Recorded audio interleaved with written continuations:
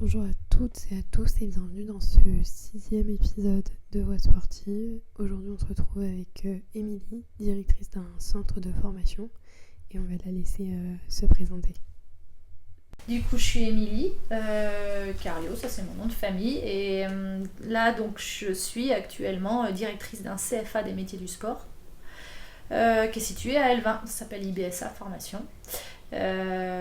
Voilà, donc on forme métiers du sport et de l'animation. Donc on forme des éducateurs sportifs et des animateurs socioculturels. Ok. Et donc les thématiques de l'égalité des femmes, des hommes, c'est au cœur de nos réflexions parce que forcément on forme des éducateurs et des animateurs qui eux-mêmes vont devoir réfléchir à l'inclusion, au sport pour tous, sans discrimination. Et donc effectivement c'est des sujets qu'on aborde aussi en formation avec tout le monde. Donc j'ai à peu près, tu vois, 170 stagiaires en formation chaque année qui sont sur des diplômes différents. Il y en a, ils vont faire donc c'est essentiellement des BPGEPS qu'on forme. Et certains sont sur un BPGEPS que natation, donc ils vont être essentiellement éducateurs sportifs dans des piscines. Il y en a qui vont faire activité physique pour tous, ça c'est les couteaux suisses de l'animation, éducateurs sportifs touche à tout, ils peuvent être dans les clubs, les assos, les collectivités, voilà. Donc en fait j'ai plein de formations différentes. Ouais. Ok, trop bien. Et du coup, toi, tes missions au sein de... Bah là, moi, mes missions aujourd'hui, je suis essentiellement du coup directrice d'une entreprise, quoi. Alors là, c'est un organisme de formation. Donc, j'ai une entreprise de 13 salariés qui sont à temps plein, avec une équipe administrative. Elles sont 2, et RH et comptables, etc. Et après, j'ai 10 salariés à temps plein sur de la formation, qui sont vraiment des coordinateurs et des formateurs. Donc, du coup, moi, le gros de mon boulot aujourd'hui, c'est de piloter une équipe avec des hommes, des femmes, des missions différentes. Et puis après, je suis en veille aussi sur l'ensemble des stagiaires qu'on reçoit. Toutes les missions d'un centre de formation qui vont de gérer l'humain à gérer les projets, les financeurs. Parce que du coup, on a beaucoup de formations avec des financements de la région Bretagne.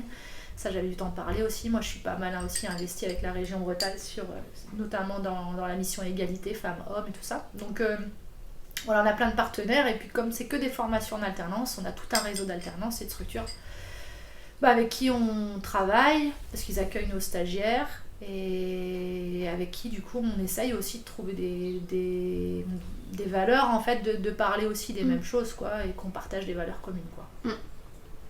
Ok, très bien.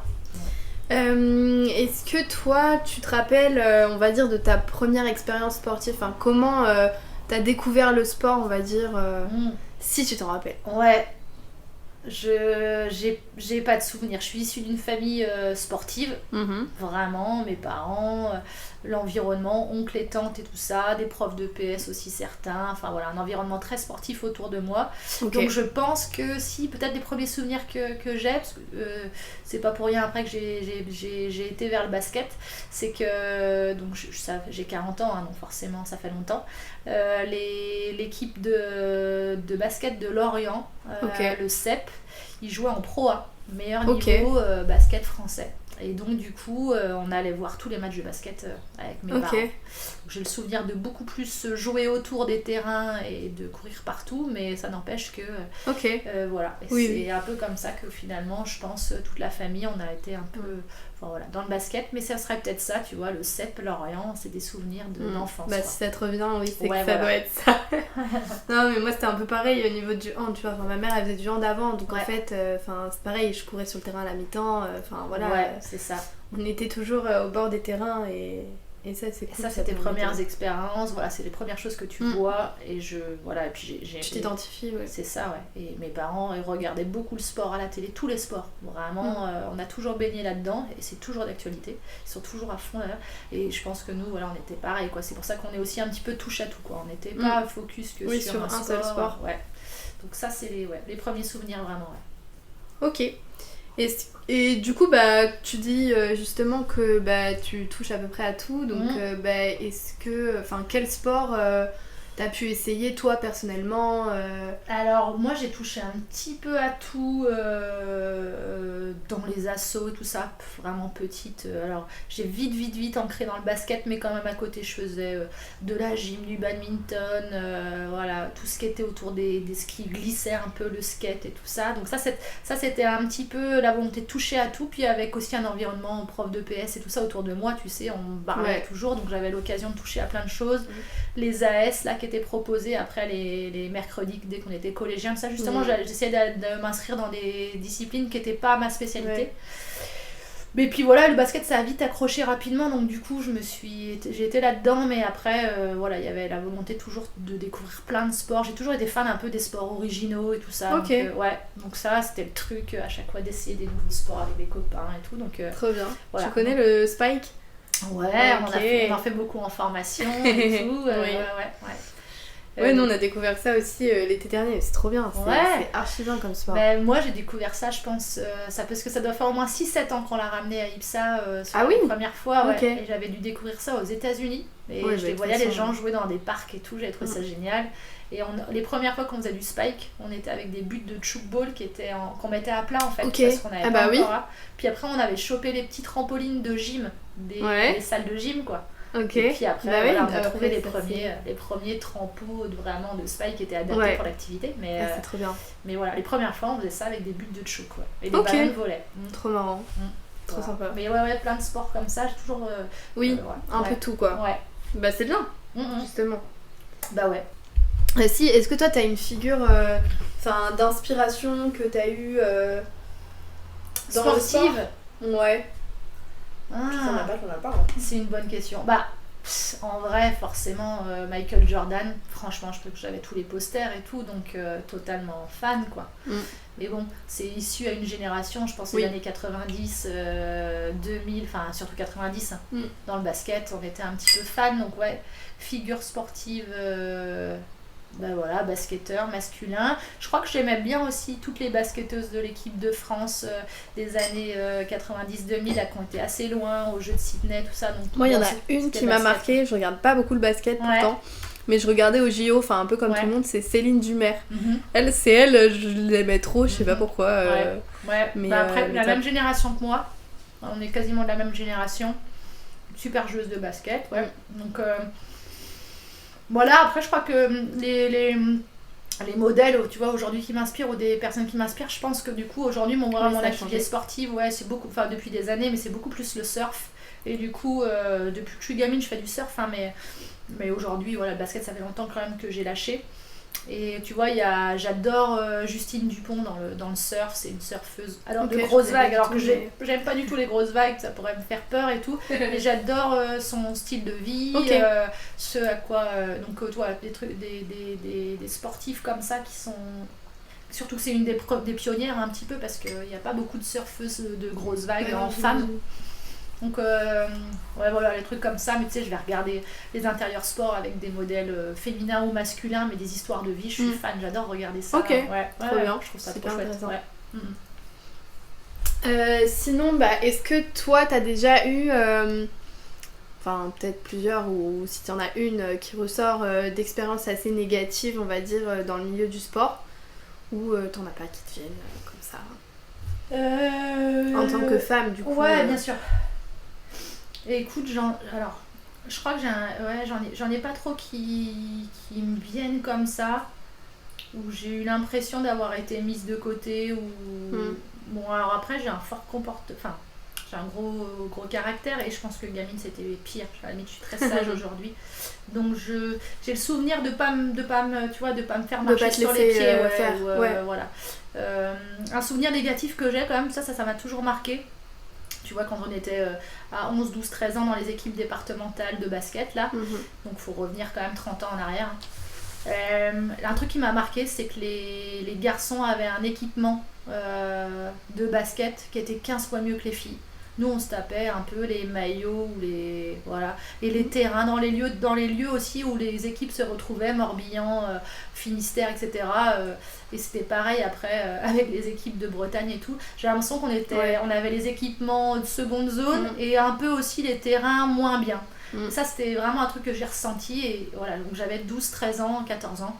Franchement, je suis allée depuis, il y a plein de tournois, c'est plus comme ça, mais c'est pour dire que c'est un truc négatif que j'avais ressenti en se disant on est moins bien équipé, quoi. Même, je pense, à l'heure actuelle, c'est pas toujours hyper bien représenté. Enfin, moi, je vois des clubs de hand, je citerai pas les noms parce que je ne sais jamais, mais on ne voit jamais leur équipe féminine apparaître sur les réseaux sociaux alors qu'ils en ont une. Et c'est hyper dommage parce que, enfin, moi personnellement, je jouerais dans un club où on nous affiche même pas, franchement, ça me... Au contraire, moi je suis persuadée, tu vois, par exemple, que l'Olympique lyonnais en foot, tu vois, je suis persuadée que, pourtant là, tu vois, bon, même s'ils font une saison en Ligue 1, voilà, ils sont plus forcément à être dans les 2-3 premières places, mais je suis persuadée qu'en fait, ce qui fait quand même une image de l'Olympique lyonnais aussi, finalement, où ça reste sur une belle image, ils ont aussi un club féminin, enfin, tu vois, ils ont une partie féminine qui est quand même hyper mise en valeur, qui est clairement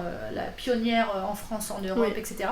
Clairement. Et je pense que du coup, typiquement en termes de communication, d'avoir une équipe masculine et une équipe féminine qui sont bien représentées. Quand l'équipe masculine va moins bien, ça, forcément il y a des travers et tout, mais du coup le club ne perd pas en fait. Je trouve que ça met en avant vraiment un club avec des belles valeurs. Donc effectivement, voilà, tous les clubs qui ont des équipes masculines et féminines, mais même quelquefois qui jouent au même niveau. Il y a des fois, je suis encore surprise de ne pas comprendre.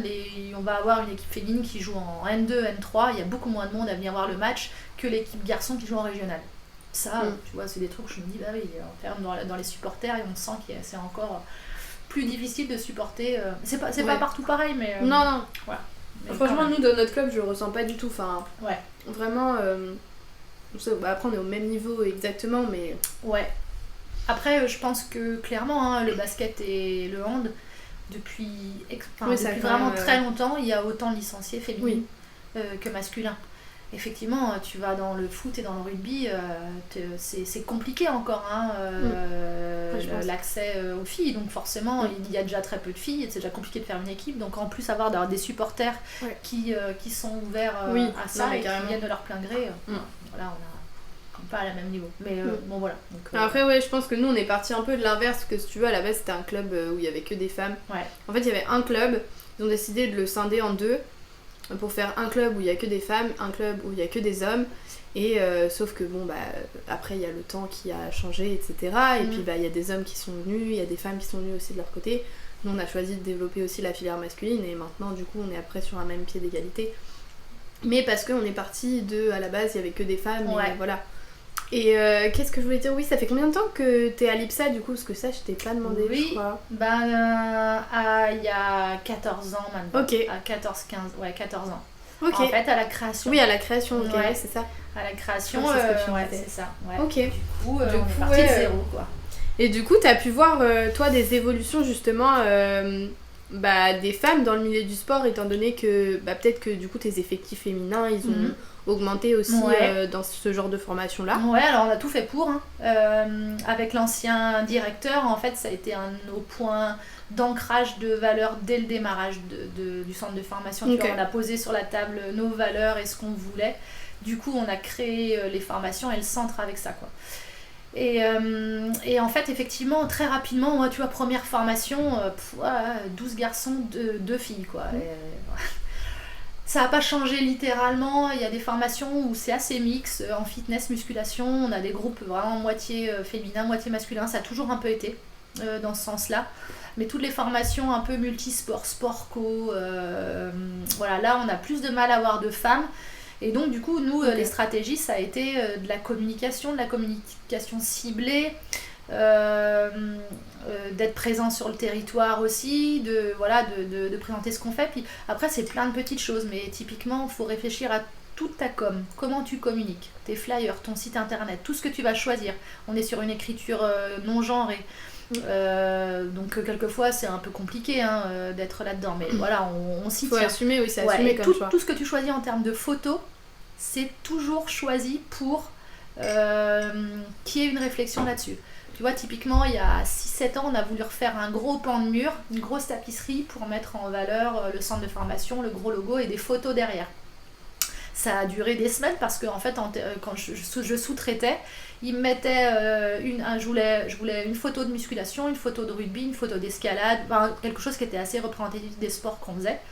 Et en fait en musculation j'avais qu'un homme, en fitness c'était une femme, et en fait je lui dis non mais tu te trompes, je t'avais demandé, je veux l'inverse, donc musculation tu me trouves une femme, rugby tu me trouves une femme, et puis et il a galéré, enfin le gars qui faisait il a galéré en fait à faire un truc. Mais en fait, faut pas lâcher quoi. Toute ta com et tout, si tu veux montrer autre chose, si tu veux être là, faut être là-dedans quoi. Après, on a recruté des gens aussi. Et dans le recrutement des formateurs, des formatrices, bien sûr la compétence, mais moi j'aimais bien quand même essayer de chercher. Donc par exemple, celle qui est formatrice sur la musculation, l'haltérophilie, c'est une femme. Et après en fitness ils sont plusieurs à pouvoir intervenir là, en ce moment il y a une femme, mais Fabien qui est le coordinateur, il est très bon aussi là-dedans, mais casser un peu les stéréotypes c'est important parce que du coup c'est la première chose qu'on va donner accès quoi. Carrément. Donc voilà, mais c'est pas facile quoi, c'est une lutte de tous les jours. Donc moi je suis allée aussi chercher auprès de la région Bretagne des appels d'offres, des fonds pour que les femmes aient plus accès aux formations. Voilà, donc on a des aides de la région Bretagne qui sont prioritairement aussi destinées aux femmes qui veulent rentrer en formation. Trop bien. Ouais.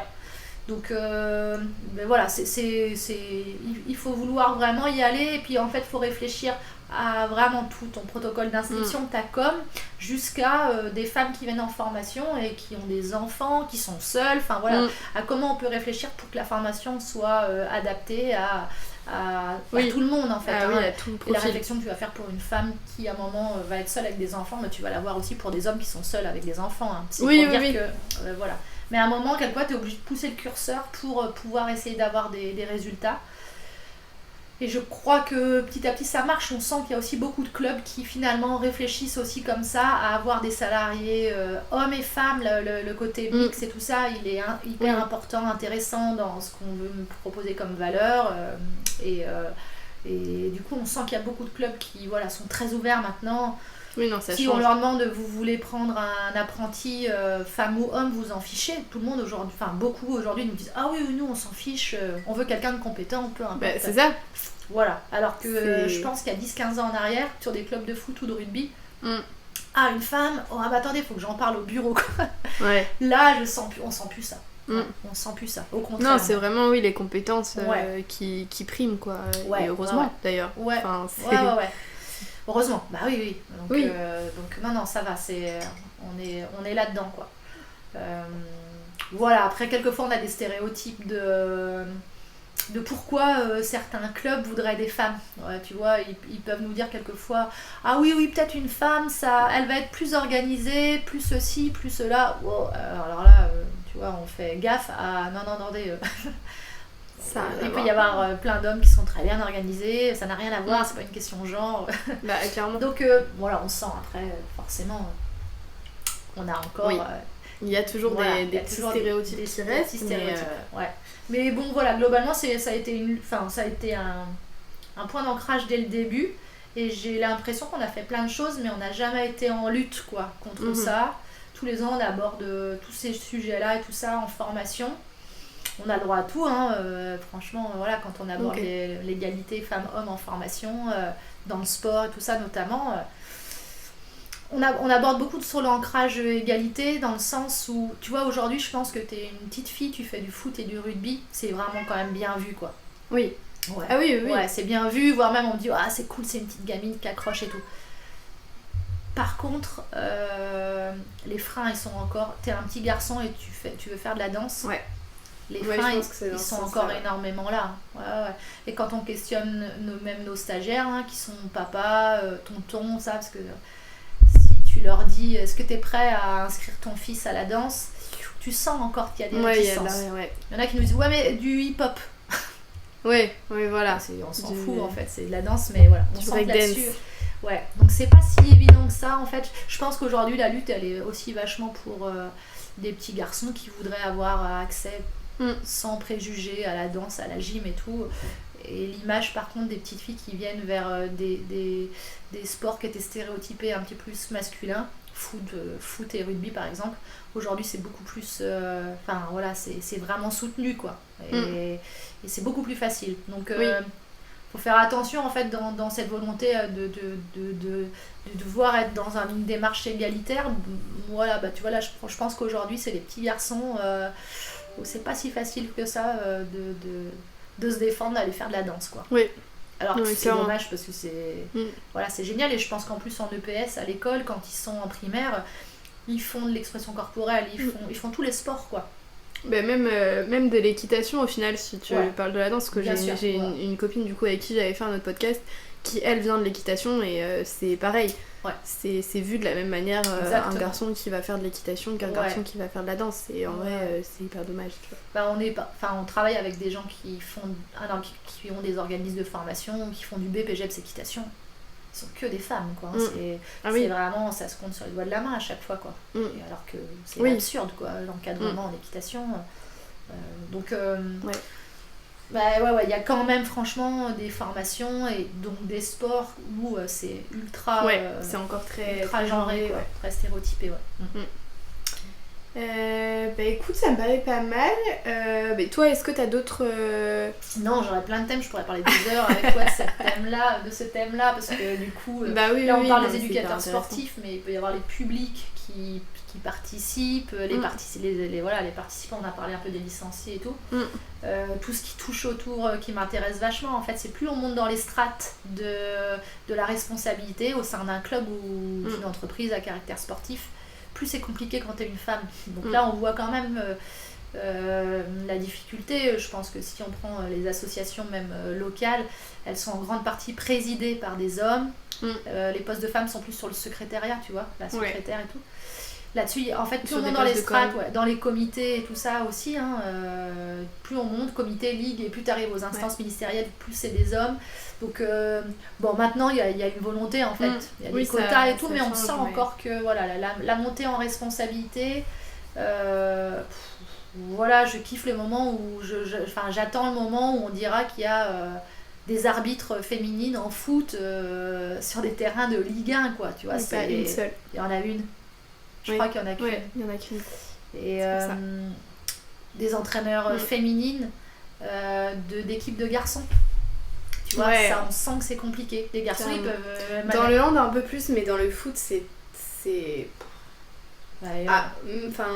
que ce soit haut niveau ou en amateur, franchement, il y en a eu une en Ligue 2, je crois, Clermont, comme ça, une entraîneur féminine. Je crois qu'elle y est plus. Mais voilà, ça, c'est vraiment... En fait... Je pense que ça c'est encore ça va être très très long quoi. Ça va être très très long. Après moins dans le basket et dans le hand mais voilà, et du coup même on faisait un peu des parallèles sur des formations BPGEPS, donc sur d'un niveau tu vois où on est sur de l'animation, de l'encadrement, etc. Filles et garçons, on arrive à avoir des femmes, et en fait plus tu montes en diplôme, moins il y a de femmes. Tu vois, sur du DEGEPS au-dessus. Et donc on sent que quand même quoi, tu vois, entre... tu sens une différence. Donc c'est toujours la montée en strate qui me fait réfléchir. Après je me dis plus on formera de femmes, plus il y aura de femmes qui voudront être vraiment entraîneurs et tout. Alors franchement il y a des disciplines où ça prend quand même, mais quand même quoi, tu vois. Il y a quand même du travail encore. Il y a du boulot. Donc c'est pour ça que nous, notre boulot à l'échelle d'un organisme de formation, c'est ça en fait. De former un maximum de monde, et donner accès, et de dire aux filles, mais voilà, vous aussi vous pouvez en faire votre métier quoi. C'est pas un métier exclusivement réservé aux garçons quoi. Donc plus on formera de personnes, je pense que plus elles donneront envie aussi après à la relève, et etc. C'est ça, quoi. Ça va mieux. Voilà. Et puis d'encourager tous les éducateurs sportifs, hommes ou femmes, s'ils repèrent dans leur entourage des petites gamines qui imaginent faire ce métier-là, les encourager complètement. De pas leur dire non, c'est pas pour toi quoi. Donc voilà notre boulot, donc il y a du boulot, et je pense pour encore pas mal d'années quoi. Ok, trop bien. Bon parfait, merci à toi d'être venue. Merci de m'avoir reçue, et puis à l'occasion, si t'as d'autres thèmes et tout ça. Carrément, mais carrément.